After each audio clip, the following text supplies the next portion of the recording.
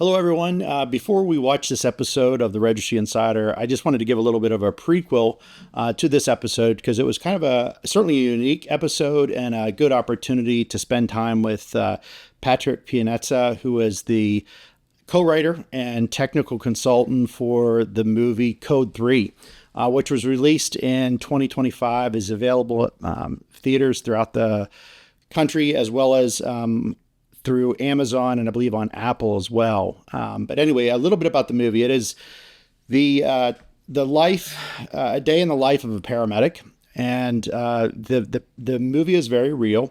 It is very accurate in terms of what it shows as far as the challenges of workforce shortages, burnout, kind of the lack of respect that's often given, unfortunately, to EMS clinicians. There's a lot of rawness and realness to the movie, but I think it's a great opportunity for people who are not in EMS to get a good understanding as to what happens in the daily life of a paramedic, and perhaps can be a good opportunity for us to use the movie for advocacy. So it was a great conversation I had with Patrick, and I was grateful that he was able to spend time with us. It is a great movie. If you've not seen it, I encourage you to do it and share it with others so we can get the word out there and continue to advance the profession and improve the profession that we all love. So thanks for spending time with me today, and enjoy the episode.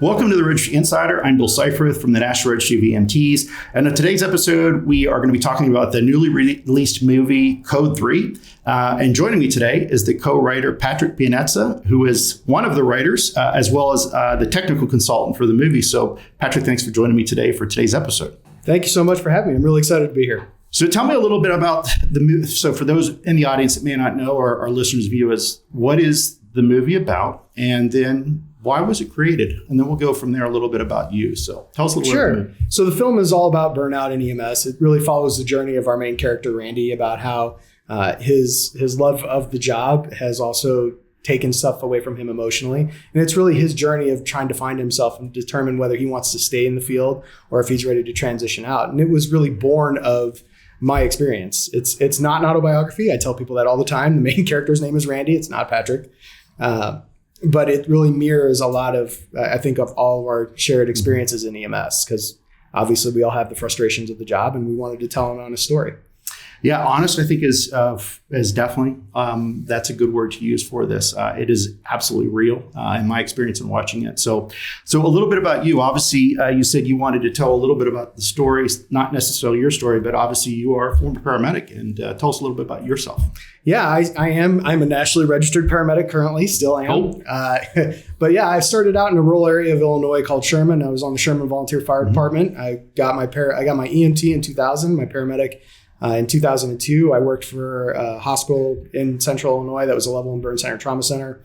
And I was actually too young to drive the ambulance. And so I had to join the fire department, which still to this day cracks me up. I could drive an 85-foot long fire truck, but I couldn't drive an ambulance till I was 21. And so I did that, and then transitioned to, I got an associate's degree in my paramedic in Springfield, Illinois, and then went to the University of South Carolina, where I did my bachelor's and my master's. And that entire time, concurrently, I was working for a 911 service in the county there. And so did 6.5 years 911 county service. I was also working at the university as a campus medic to kind of make some extra money. And then did my externship at Johns Hopkins. And so because they were paying us like interns at that time, I was on their CCT team, and then ultimately moved to California and have been there ever since. So quite a variety of EMS experience. And that is what compelled you, I assume, to sit down and start writing. Yes. When did that start? Tell that story. Yeah. So there's two things about this movie that always continually crack me up. Number one, it was a homework assignment. It had no illusions of being a movie. It was born out of a homework assignment that I had in undergrad, that I had a creative writing course that my program required me to take. And the professor said something that's very cliche, but first time I'd ever heard it. He said, if you want to tell a compelling story, write what you know. And I had just came off a 14-hour shift that was supposed to be 12. It was a bad night. And I just remember screaming into the void going, you want a story? I'll tell you a story. And I went home and I cranked out this 36-page short story all about EMS and my frustrations and kind of the stuff that we see. And got an A on it, put it on the shelf, never thought about it. I emailed it to my family as kind of a laugh. I said, you want to know what I'm doing for work? Here you go. And that was it. And then flash forward 5 years later, after grad school, I'm visiting my brother who was in the industry at the time and still is. And I was visiting for like a month because I was taking my first real job out there. And he said, you're bored, you need to write a script. I don't know anything about script writing. He got us the software and he said, you have that short story, make that into a script. And so that's what I did. I took it, and the first draft was terrible. It was garbage, but it was good enough to get the attention of Chris Leone, who's the director. My brother and Chris Leone were coworkers at the time. Okay. And what I say all the time is you have to be good and then you have to get lucky. And so I'd written quite a bit for EMS World and some of the other publications. So I knew I was good at writing. But my brother approached Chris Leone and said, hey, Chris, do you want to read a script? And Chris said, absolutely not, which is the right answer in LA. But my brother wore him down, and Chris read the first version of the script, and he liked it enough to want to get involved. And so the whole movie is my brother's fault, and it started out as homework. So do your homework, kids. That's how you get famous. So Chris and you kind of are the co-writers, and were able to kind of take it from the first draft to obviously what ended up being a release and a film earlier this year. So tell us a little bit about the two characters, the actors, I should say. Tell us who that is, and then also their interest in overall how they were able to portray, which I thought they did a really good job, the role of an EMT and a paramedic. We were very, very fortunate. The actors, our three main actors is Rainn Wilson, he plays Randy, Lil Rel Howery, who plays Mike, and then Amy Carrero, who plays Jessica in the film. All super invested in the film. They spent time getting trained up. They did not become EMTs, but we got time to really help them understand what the job is and how to do the choreography of the various scenes. But the whole cadre of of actors, we had an incredible stable. We had Rob Riggle, we've got Yvette Nicole Brown, Paige Kennedy, Raph Castillo, Cameron Fuller. Like it's really a fantastic film to have that caliber of acting talent. But I think what you're asking is, I got the actors for 3 days.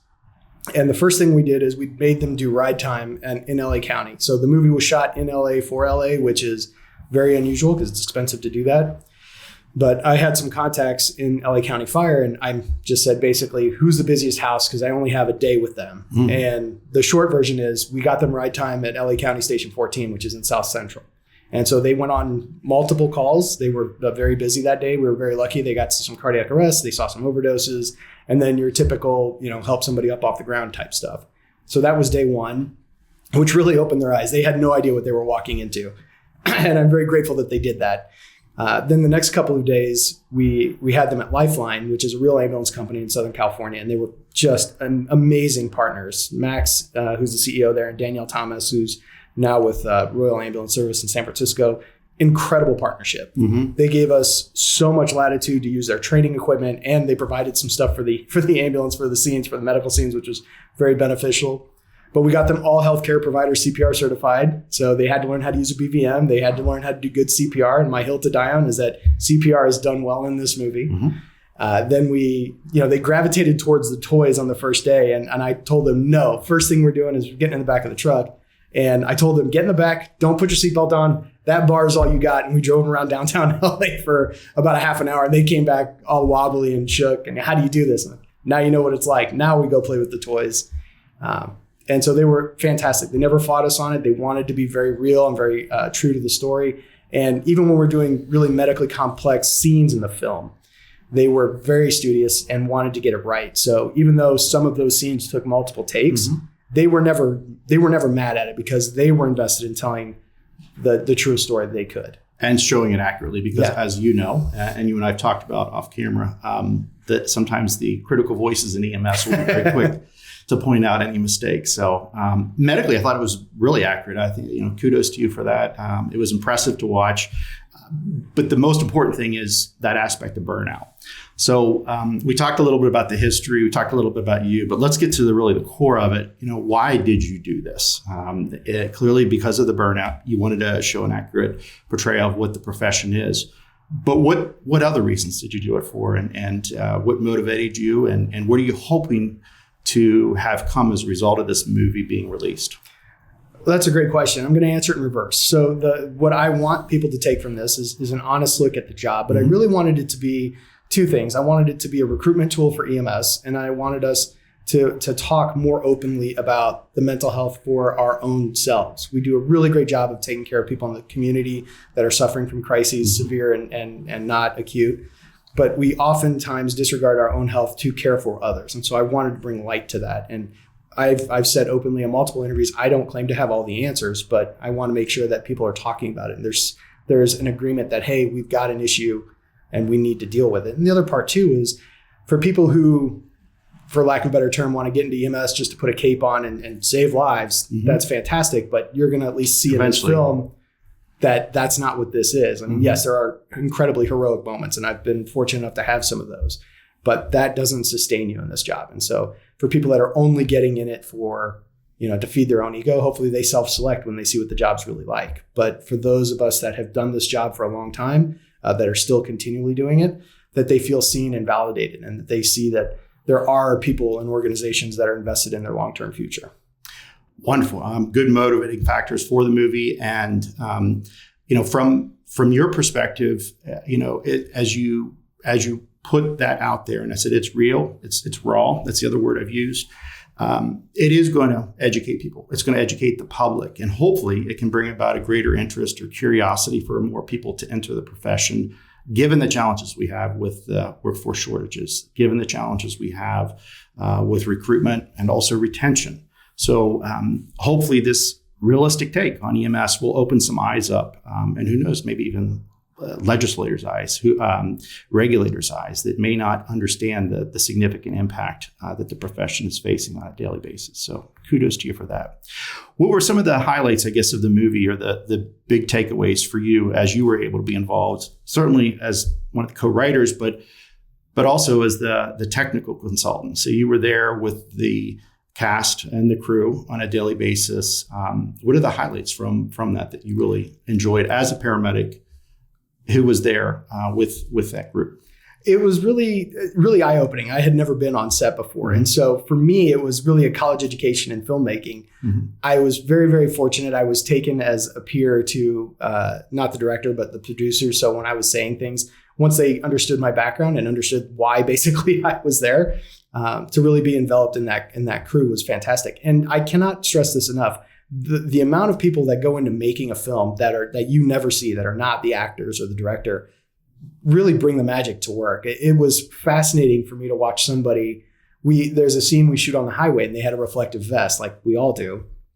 But when you put that on camera in the middle of the day, it blows out the lens's receptor. And so our head of costuming flies in, grabs the vest, goes into the trailer, and sews some magic ribbon that looks identical to the reflective vest stuff, but works for cameras. And it was, those little niche little things that you're just like, this exists. And oh yeah, it does exist just for this one very specific purpose. So getting a view into that world was really great. And then obviously, I'm totally a fanboy of all of our actors, and getting a chance to talk with them and meet them and get photos and have somewhat intimate conversations with them, especially as they're prepping to do stuff that they don't understand. So for instance, in some of our darker scenes, I had the opportunity to work with Rain a little bit and say, you're not me, but here's what I felt during this. And so then he could take that and mold that into his character. And being involved to that level is very unusual for a writer in Hollywood. And so those are the things that I cherish, is being able to feel like I contributed enough to make it real. And there's something otherworldly when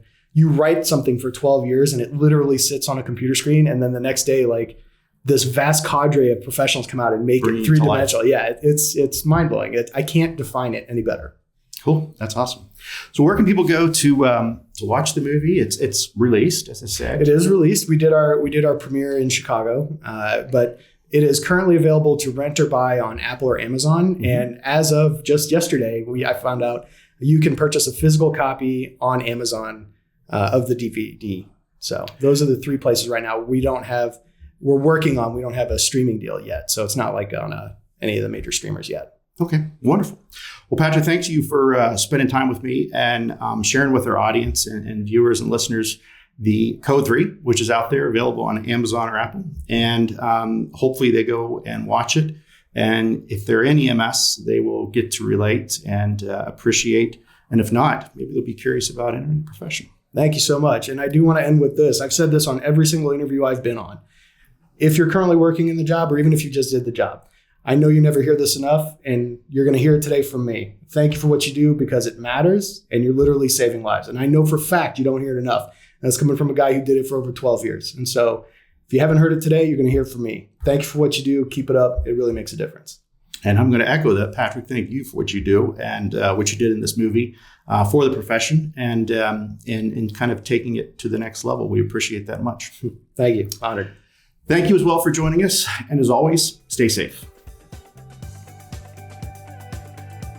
Thank you for joining us for this episode. If you wouldn't mind, please click the like and subscribe buttons, as well as the notifications so you can get notifications of upcoming episodes. Also, for the latest and greatest happenings of the National Registry, feel free to go to nrmt.org. Thank you very much. And again, stay safe.